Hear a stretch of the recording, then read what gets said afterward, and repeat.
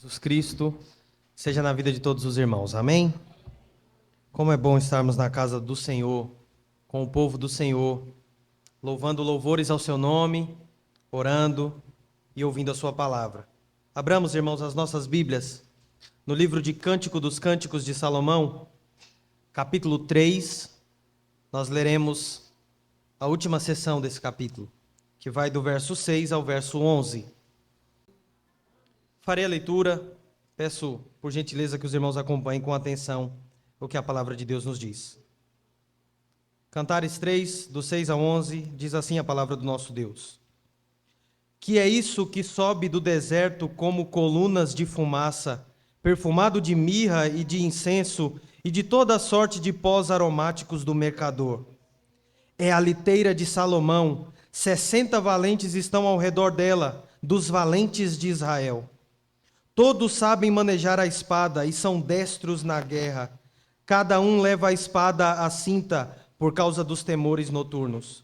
O rei Salomão fez para si um palanquim de madeira do Líbano, fez-lhe as colunas de prata, a espalda de ouro, o assento de púrpura e tudo interiormente ornado com amor pelas filhas de Jerusalém.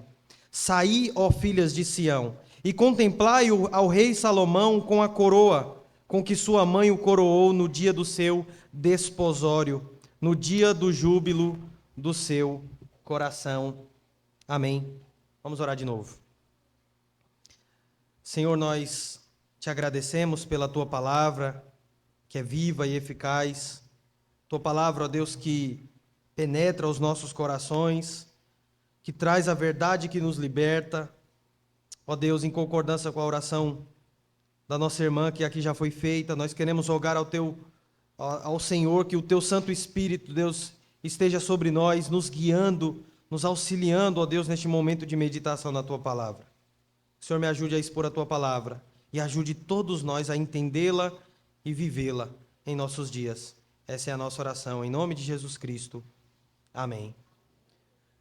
Meus irmãos, vocês devem se lembrar que a Sulamita, essa personagem tão importante de Cântico dos Cânticos, ela trouxe não uma vez, mas duas vezes uma exortação bastante séria para as filhas de Jerusalém, as moças, as princesas, as donzelas do palácio de Jerusalém.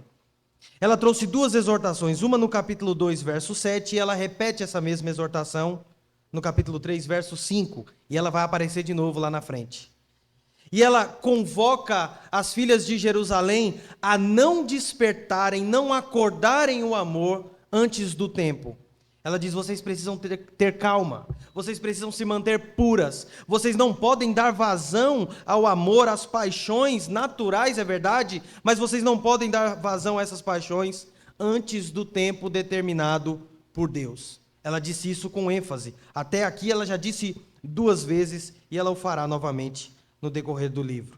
Ela foi tão incisiva, irmãos, a ponto de fazer com que aquelas donzelas, aquelas virgens de Jerusalém, jurassem pelas gazelas e cervas do campo que elas não despertariam nem acordariam o amor antes do tempo certo, ou seja, elas se manteriam puras até o dia do casamento, o dia que Deus havia determinado, que Deus determina para todas as mulheres e homens também.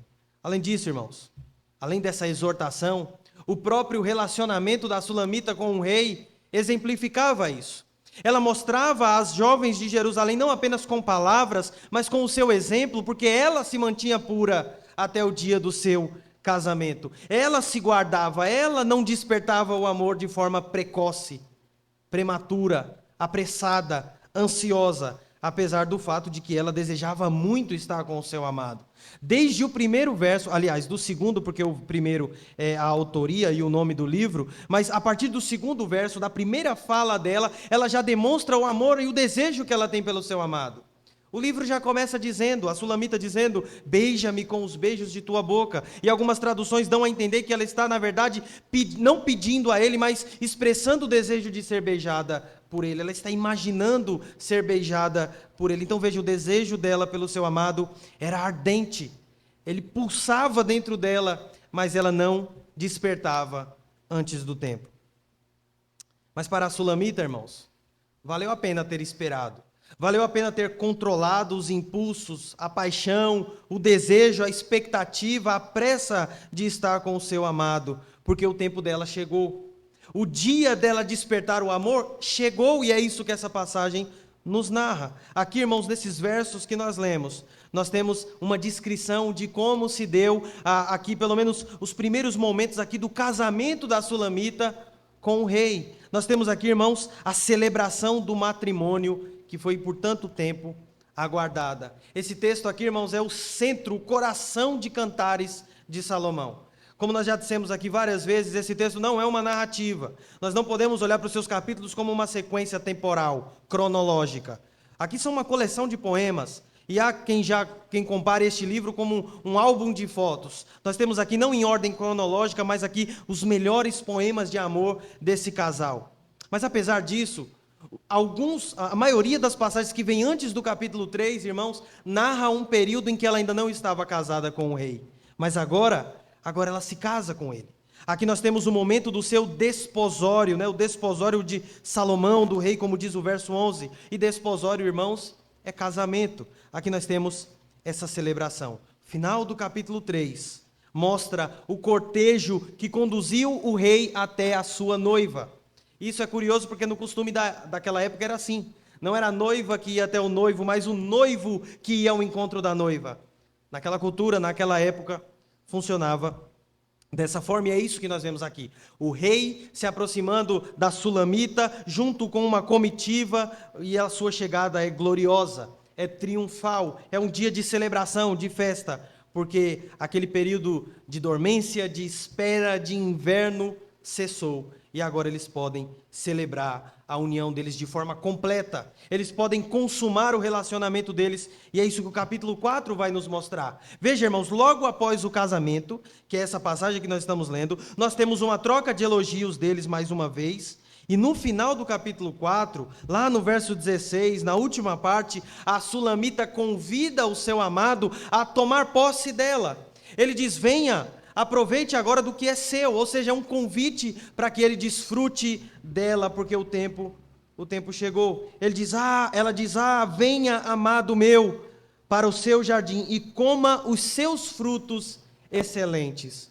Chegou a hora dele comer desse fruto, chegou a hora dele consumar a relação. Ela está convidando ele logo após o casamento para o que a gente entende hoje como a noite de núpcias, a lua de mel desse casal. E por fim, irmãos, no capítulo 5, verso 1, surge uma voz misteriosa no final do verso 1 do capítulo 5.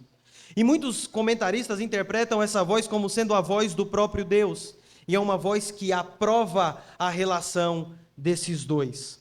Ele diz que eles podem, de fato, desfrutar dessa união, porque agora chegou o momento apropriado para isso. Então veja, irmãos, a espera da Sulamita, a espera do rei, mesmo com esse desejo ardente, valeu a pena, porque o tempo deles consumarem o relacionamento chegou. Até aqui, irmãos, nós temos uma grande lição para todos nós aqui, principalmente para os solteiros. Uma lição de que as coisas no tempo de Deus, elas acontecem de forma perfeita. Nós não precisamos, irmãos, antecipar as coisas, porque tudo tem o seu tempo determinado. O mesmo autor deste poema aqui disse isso, lá em Eclesiastes, capítulo 3, verso 1. Há tempo determinado para todas as coisas debaixo do sol.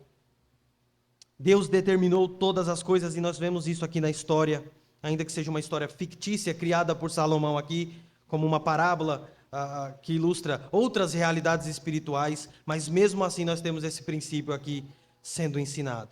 Vejamos então, irmãos, como se deu este casamento. Vamos olhar aqui para as seções desse texto, e são duas. Na primeira nós vamos ver a chegada triunfal do rei. O texto vai mostrando a sua chegada, como ele se aproxima, dos versos 6 a 8. E por último, nos mostra, irmãos, a beleza da carruagem do rei. O texto começa a descrever aqui o quão belo era a carruagem, a liteira, o palanquim, que são a mesma coisa aqui com palavras diferentes, na qual o rei vem dentro, se aproximando da sua noiva. E por que isso é importante? Porque essas informações trazem significado para esse poema. Nós veremos isso nos versos 9 a 11. Primeiro, a chegada do rei. Se você olhar para o verso 6, irmão, você vai ver que surge uma pergunta intrigante aqui. Uma pergunta é lançada. O texto pergunta: que é isso que sobe do deserto? Que é isso que sobe do deserto? E essa indagação, essa pergunta surge porque as pessoas olham na linha do horizonte, na direção do deserto, e eles estão vendo algo como colunas, colunas de fumaça. É isso que o verso 6 diz. Que é isso que sobe do deserto, como colunas de fumaça, perfumado de mirra e de incenso e de toda sorte de pós aromáticos do mercador. Que coisa é essa? Veja, a chegada do rei aqui, irmãos, é algo que chama a atenção. É algo grandioso, é algo glorioso, a ponto das pessoas olharem na linha do horizonte e perceberem, mesmo a quilômetros de distância, a sua chegada. Seja essa descrição literal ou figurativa, seja de fato uma poeira, uma fumaça, ou seja apenas uma linguagem poética, o ponto, irmãos, é que o texto, essa imagem, ressalta que a chegada do noivo ao cenário era uma chegada gloriosa, pomposa. Ele chega de forma triunfante no cenário. E aqui, irmãos, outra razão para que o povo fique espantado e se perguntando o que era aquilo, era o fato de que essa coisa grandiosa que se aproximava, que formava algo como uma coluna, ou como colunas de fumaça, tinha cheiro, era perfumado. E aqui o coro vai dizer, irmãos, que são vários cheiros. Mirra, nós já vimos esse texto, esse cosmético, esse perfume aparecendo aqui em outras passagens. Nós temos aqui incenso e pós aromáticos, daqueles que eram comercializados pelos vendedores daquela época, os negociantes daquela época. Então veja, nós temos algo grandioso como uma coluna, formando fumaças e cheiroso, aromático. E aí as pessoas perguntam: o que é isso? Que coisa é essa? O que é isso que se aproxima? E nós temos a resposta no verso 7, quando o texto diz, provavelmente o próprio coro responde ao perceber do que se tratava aquela coluna de fumaça. Eles dizem: é a liteira de Salomão. 60 valentes estão ao redor dela, dos valentes de Israel. É a liteira de Salomão.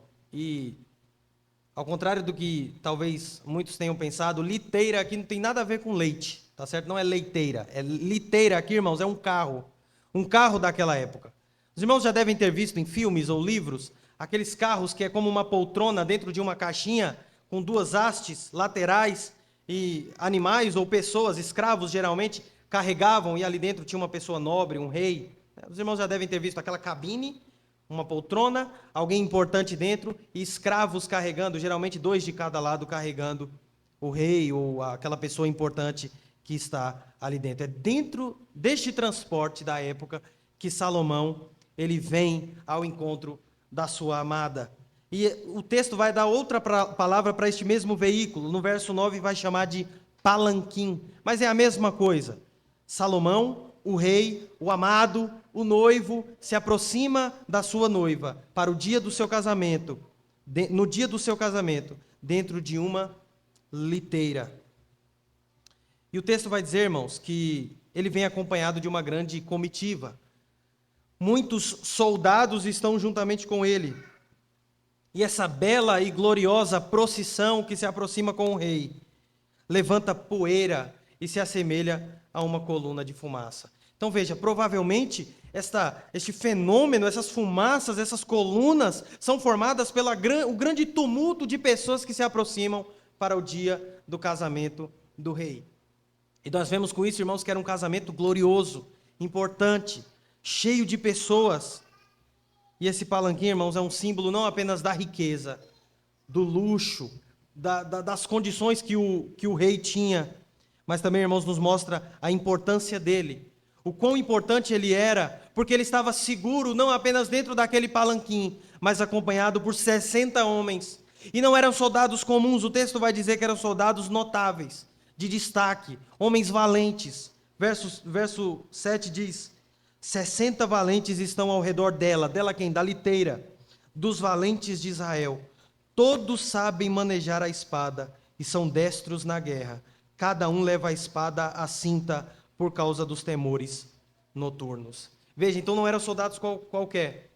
Eram soldados preparados. Eles não apenas estavam com a espada na mão, mas eles sabiam se defender. Eles estavam prontos para defender o rei. E o texto vai fazer referência aqui no final do verso 8 aos perigos noturnos. Provavelmente essa viagem era uma viagem longa e ele veio, provavelmente saiu de madrugada, talvez, para se aproximar para o dia desse evento tão importante. E o texto cita aqui os perigos da noite. Mas aqueles soldados que estavam fazendo a escolta do rei estavam prontos para esses perigos. Nada nem ninguém poderia atrapalhar essa celebração, esse matrimônio. E aí o texto muda um pouco de assunto a partir do verso 9, ao descrever detalhadamente, irmãos, tudo o que havia de belo naquela liteira, naquela carruagem do rei. Todos os detalhes, todos os ornamentos daquela liteira. O texto vai dizer a partir do verso 9, cada aspecto decorativo dessa carruagem. Nessa segunda estrofe, o poema descreve, irmãos, o luxo, a importância, a riqueza, a pompa que o rei desfrutava. Nós já vimos aqui que ele era um pastor de ovelha, tinha um trabalho humilde, mas ele também era rei. Ele era rei, então, portanto, ele tinha muitas condições. Nós vimos aqui, irmãos, que ele mesmo havia embelezado a sua amada, comprando para ela joias, coisas para que ela fosse embelezada, e ele disse que eram coisas de ouro, de prata, então ele tinha condições de cuidar da sua amada. Da mesma forma que ele não economizou ao investir para embelezar a sua amada, lá no capítulo 1, verso 11, aqui também, irmãos, ele não poupa dinheiro, ele não poupa, irmãos, fundos ou esforços para honrar a noiva no dia do seu casamento. O rei, ele faz algo belo, ele se preocupa em fazer algo cuidadosamente belo. Se você perceber, irmãos, o texto vai começar a descrever no verso 9, que ele usou no seu palanquim, na sua liteira, uma madeira muito nobre, uma madeira muito boa daquela época. O texto vai dizer que ele usou madeira do Líbano, provavelmente cedro do Líbano. Essa era a madeira mais nobre, uma das madeiras mais nobres daquela época. Madeira que foi usada para fazer o palácio do rei. Madeira que foi usada no templo de Salomão. E é curioso, irmãos, que essa mesma madeira aqui do Líbano, ela vem da terra natal da Sulamita. Talvez, quem sabe, uma homenagem a ela também. Ela que veio da região do Líbano. O texto vai dizer, irmãos, que a sua carruagem tinha colunas de prata. As vigas da sua liteira era de prata. A espalda, ou seja, o encosto das costas, era de ouro ou era dourado. O assento era revestido de púrpura. Isso é um sinal de grande luxo daquela época. Somente pessoas muito nobres, muito importantes e ricas vestiam púrpura. E ele tinha púrpura até mesmo no seu assento. O interior daquela liteira, vai dizer aí o verso 10, ele foi cuidadosamente cuidado pelas filhas de Jerusalém. Então ele convidou, lembra quando ele disse que ia embelezar a sua amada? Ele disse que ia chamar quem? Ele diz, nós cuidaremos de você, nós a enfeitaremos, nós faremos joias para você. Ele estava falando das filhas de Jerusalém. E aqui ele chama essas moças, talvez as moças por essa sensibilidade maior a coisas delicadas, a embelezar as coisas de uma forma mais cuidadosa, por essa visão que talvez as mulheres tenham mais do que os homens, nesse aspecto decorativo. Então ele convida elas, e o texto é interessante o que o texto usa, pelo menos na nossa tradução, o texto vai dizer que elas fizeram isso com amor, ornado pelas filhas de Jerusalém. A admirável liteira de Salomão havia chegado na cena. E o texto não vê como algo sem importância esses detalhes. Pelo contrário, metade dessa porção vai dar detalhes de como nos dá detalhes de como era essa liteira. E aí todos ali, irmãos, viram aquela belíssima liteira. Porque no verso 11, é chamada a atenção de todos os que estão ali presentes. Talvez é a Sulamita que esteja falando aqui no verso 11, quando ela diz: saí, ó filhas de Sião, e contemplai ao rei Salomão. O convite é feito aqui, a convocação: venham todos, saiam todos, vamos ver Salomão se aproximando na sua liteira, porque ela é bela, ela é ornamentada, ela é toda decorativa, uma comitiva está ao redor dessa liteira. E aí o texto vai dizer que Salomão, o rei, ele tinha uma coroa que também devia ser contemplada. Uma coroa que foi dada pela sua própria mãe. O texto diz: e contemplai ao rei Salomão com a coroa que sua mãe o coroou no dia do seu desposório, casamento, no dia do júbilo do seu coração. Talvez, irmãos, não seja uma coroa aqui como a coroa das cerimônias de coroação real. Talvez não seja aqui a mesma coroa que o rei usava sempre. Talvez aqui é uma coroa diferente.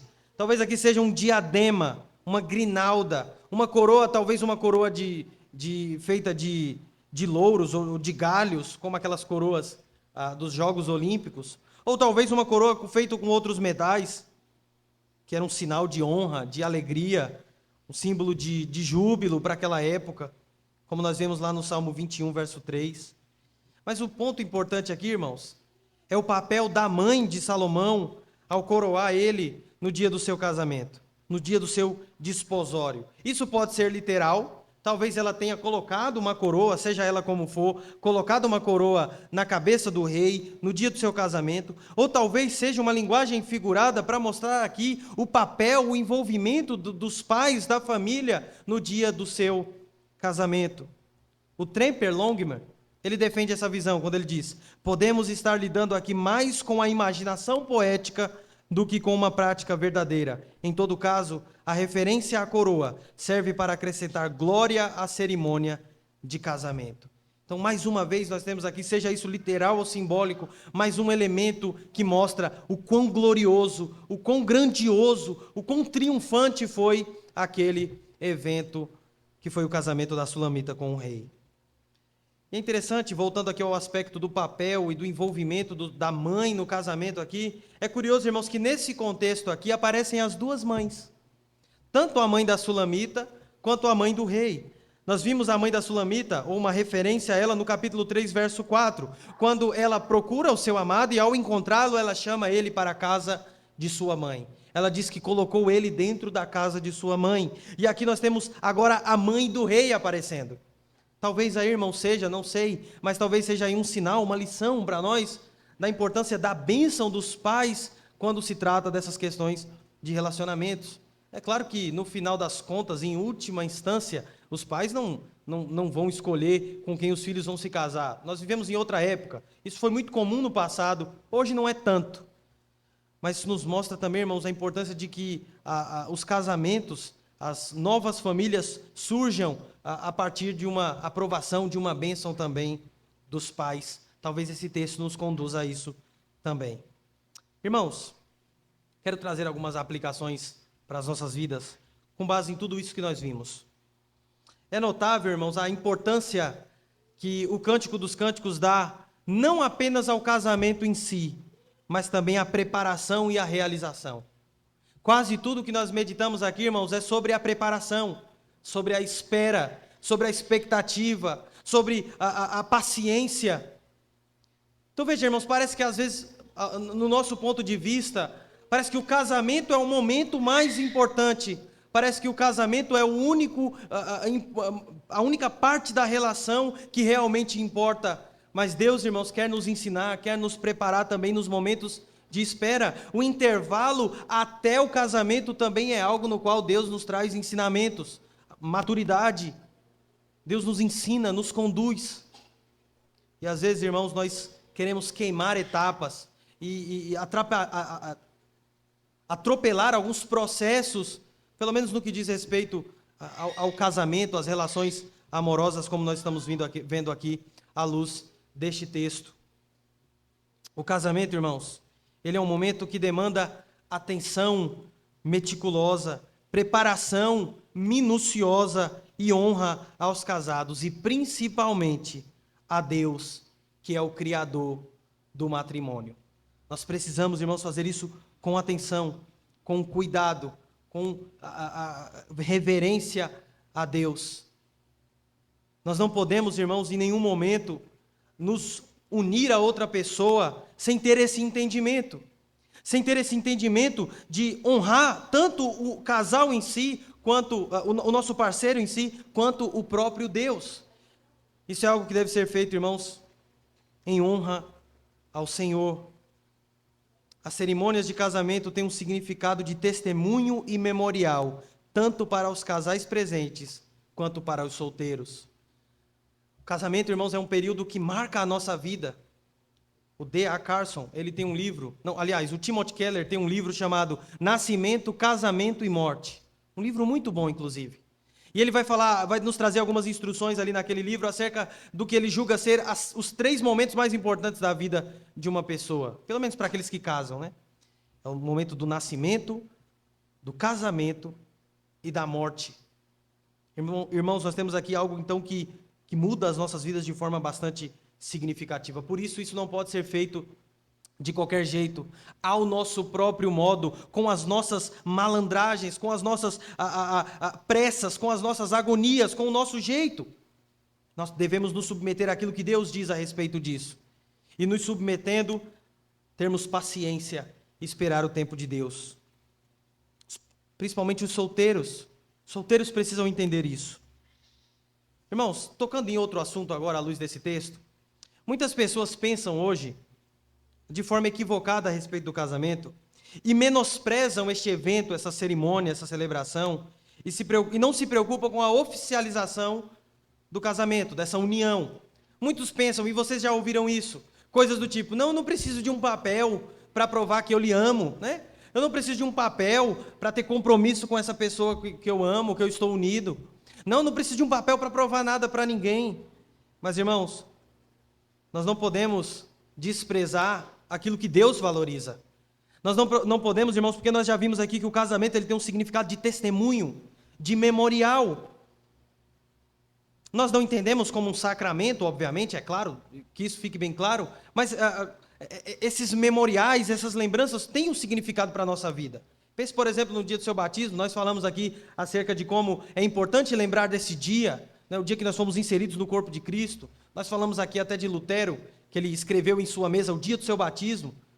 Pensando nisso, nós pensamos até em elaborar certificados para os irmãos que são batizados, para que vocês se lembrem desse dia. A ceia é um memorial também, nós nos lembramos do sacrifício de Cristo na cruz por nós, sem querer dar a entender que o casamento é um sacramento, porque não é, esse é um entendimento católico romano e nós não concordamos com isso. Fora isso, o casamento também é um memorial, um dia que nós podemos nos lembrar. Você pode olhar para o seu álbum de fotos, você pode olhar para a sua aliança, você pode olhar para a certidão de casamento, você pode olhar, lembrar daquele dia e se lembrar de algo que é tão precioso, de que é tão honrado, porque foi criado pelo próprio Deus. Muitos desprezam, irmãos, essa união. Outros acham que a celebração do casamento deve ser a mais simples possível. Outros pensam assim, não tem que ser o mais básico, o mais rudimentar possível.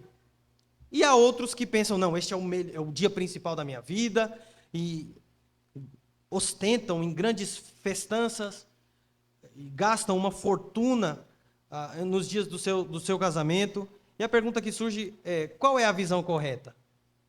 Não precisa oficializar? Tem que gastar só um pouquinho? Ou pode gastar muito? Será que esse texto, quando nos mostra o casamento do rei, todo glorioso, todo pomposo, cheio de coisas caras, será que esse texto está nos levando a entender, irmãos, que o casamento deve ser uma ostentação de riquezas e de luxo? Sem dúvidas, irmãos, eu creio que a visão correta é um meio termo entre as duas coisas. Nós não podemos baratear aquilo que Deus valoriza, é óbvio. Mas também, irmãos, nós devemos entender que nem todos nós temos a mesma condição do rei aqui, não é verdade? Muitas pessoas às vezes se endividam, se quebram, para mostrar, muitas vezes, e todos os irmãos sabem disso, às vezes para mostrar para os outros algo, para tentar provar algo a alguém. Quando na verdade, irmãos, isso não vai condizer com o dia a dia daquele casal. Às vezes a pessoa tem uma festa que é uma ostentação pura, é luxo puro. Mas e no outro dia? E no dia a dia do casamento? Então veja, irmãos, é vendido muitas vezes uma imagem errada do casamento. Inclusive há um artigo sobre isso. Eu li isso há uns 3 anos atrás. Não me lembro nem o título e nem quem foi que escreveu, mas o autor escrevia justamente sobre isso. Será que os casais devem gastar muito dinheiro nas celebrações do matrimônio? Se você tiver condições, Não tem problema, mas o problema é que às vezes muitas pessoas não têm aquele estilo de vida, mas vende uma imagem do casamento que é muitas vezes mentirosa, que não condiz com a realidade do casamento. E sabe para quem eles estão vendendo essa imagem mentirosa? Para os solteiros. Às vezes os solteiros veem aquilo, às vezes sabem que não tem condições daquilo, ou pensam que o casamento é aquilo, e às vezes se sentem distantes daquela realidade. Nós estamos falando aqui de um rei, irmãos. Ele era um pastor? Sim, mas era um rei. Ele podia ter um palanquim de prata, ouro, púrpura, cuidadosamente ornamentado por uma equipe de mulheres que tinha uma sensibilidade para essas questões. Mas é uma condição que eu não tenho, que talvez muitos aqui não tenham. E muitas vezes muitas pessoas, eu não duvido, não se casam porque pensam muitas vezes que precisam disso para se unir a outra pessoa que Deus havia colocado em seu caminho, que Deus colocou em seu caminho. Nós devemos ter uma visão equilibrada. Nós não podemos desprezar, baratear, fazer de qualquer jeito aquilo que é tão valorizado por Deus. Por outro lado, nós não podemos vender uma imagem negativa a respeito do casamento. Para terminar, irmãos, eu quero levar vocês a pensar, olhando para tudo que nós vimos aqui, como esse texto antecipa outro casamento. Este casamento aqui, irmãos, nos faz pensar em outro casamento, em outra festa matrimonial. Este cântico de casamento nos faz pensar, irmãos, na segunda vinda do nosso Senhor e Salvador Jesus Cristo. Diante desse belo relato da celebração matrimonial do casal de Cantares, nós somos lembrados, irmãos, a respeito de muitas profecias acerca da vinda de Cristo. Esse texto prefigura o casamento que nós também esperamos. Nós falamos aqui sobre a expectativa, a espera, a ansiedade da sulamita e do rei. E nós também, irmãos, hoje estamos como ela, na mesma expectativa, na mesma espera. Nós estamos unidos a alguém, esperando o dia das bodas, o dia em que nós seremos unidos a Ele de forma plena, com o nosso noivo, que é Cristo.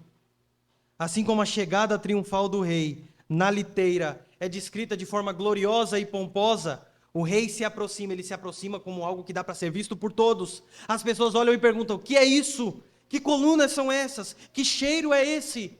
Veja, irmão, se isso não prefigura a segunda vinda do nosso Senhor e Salvador Jesus Cristo, onde todo olho verá, todo joelho se dobrará e toda língua confessará. Todos virão, irmãos, no grande dia, a chegada do nosso noivo, a chegada do nosso rei. Ele virá de forma gloriosa, ele virá de forma poderosa. A sua chegada não será despercebida, como essa coluna de fumaças. Todos verão quando o nosso noivo se aproximar. E todos perguntarão: o que é isso? Quem é esse? E o nosso noivo, irmãos, se aproximará, assim como o rei Salomão se aproxima com um grande exército. A Bíblia diz que Cristo também aparecerá com um grande exército de anjos ao seu redor. Mateus capítulo 24, verso 30. Então aparecerá no céu o sinal do Filho do Homem, e todas as tribos da terra se lamentarão, e verão o Filho do Homem vindo sobre as nuvens do céu, com poder e grande glória. Esse texto, irmãos, aponta para uma realidade que deveria nos deixar alegres, com ansiedade, com a mesma ansiedade que a sulamita tem aqui pelo dia do seu casamento, porque nós também estamos aguardando a vinda do nosso noivo, que pode ser a qualquer instante, pode ser a qualquer momento. Nós não sabemos nem o dia e nem a hora, mas quando ele chegar, todos nós contemplaremos a sua vinda. Cristo é descrito aqui, irmãos, como vindo. Cristo é descrito no Novo Testamento como vindo em um cavalo branco, acompanhado por exércitos celestiais, como eu já disse aqui. Algo que é refletido por essa imagem do rei que se aproxima com os seus soldados. Apocalipse 19, verso 11 a 14, contexto da passagem que nós lemos na liturgia, diz assim: vi o céu aberto e eis um cavalo branco. O seu cavaleiro se chama Fiel e Verdadeiro, e julga e peleja com justiça. Os seus olhos são como chamas de fogo, sobre a sua cabeça há muitos diademas, e tem um nome inscrito que ninguém conhece senão ele mesmo. Está vestido com um manto tinto de sangue, e o seu nome se chama o Verbo de Deus. Seguiam-no os exércitos que há no céu, montando cavalos brancos, com vestiduras de linho fino, branco e puro. Veja, irmãos, quantas semelhanças ao texto que nós lemos de Cantares. Nós temos aqui, irmãos, uma antecipação daquilo que nós também desfrutaremos. Esse texto tem aplicações que podem ser relacionadas às nossas relações amorosas, para quem é casado, para quem quer casar, para quem é solteiro. São muitas instruções. Mas a lição mais importante aqui, irmãos, é acerca da vinda do nosso Senhor e Salvador Jesus Cristo. Nós precisamos, irmãos, nos preparar para ela. Esse texto aqui nos mostra que eles se prepararam muito para o casamento. O texto vai dizer que o rei Salomão fez para si uma liteira. Talvez ele mandou fazer, mas talvez ele mesmo tenha feito. O ponto é, eles se prepararam muito para esse dia. E a Bíblia nos ensina, irmãos, que nós também devemos nos preparar para o dia do nosso casamento com o nosso noivo. Às vezes, irmãos, nós somos como aquelas 5 virgens, nécias, tolas. Estamos dormindo. Nós devemos ser como as outras 5, as prudentes. As suas lâmpadas não faltavam azeite. Elas não dormiam. As suas lâmpadas estavam acesas e quando o noivo bateu na porta, elas estavam prontas e puderam adentrar as bodas do Cordeiro. Que eu e você, irmãos, possamos estar preparados. Nós não sabemos o dia e nem a hora que o nosso noivo virá ao nosso encontro. Que nós possamos ansiar, que nós possamos nos preparar. E para aqueles que ainda não creem, se porventura há alguém aqui que não crê, saiba que Cristo é a nossa única esperança e salvação. Não adianta viver a nossa vida sem esperar por esse grande dia. É uma vida desperdiçada. Nós não podemos adiar essa decisão. Nós devemos nos arrepender dos nossos pecados e receber esse presente da vida eterna, pois nada é mais importante do que conhecer e nos encontrarmos com o nosso noivo, o nosso amado. Que nós possamos vir, atender o convite da graça, que nós possamos ouvir o chamado de Cristo hoje e experimentarmos dessa união, que ainda não é plena, mas quando Ele voltar, será consumada. E nós desfrutaremos de forma plena do seu amor e da sua graça. Amém, irmãos? Que Deus, então, nos prepare, nos ajude, nos capacite a estarmos sempre prontos, vigilantes para o dia do Senhor. Que Deus, então, nos abençoe, em nome de Jesus Cristo. Amém.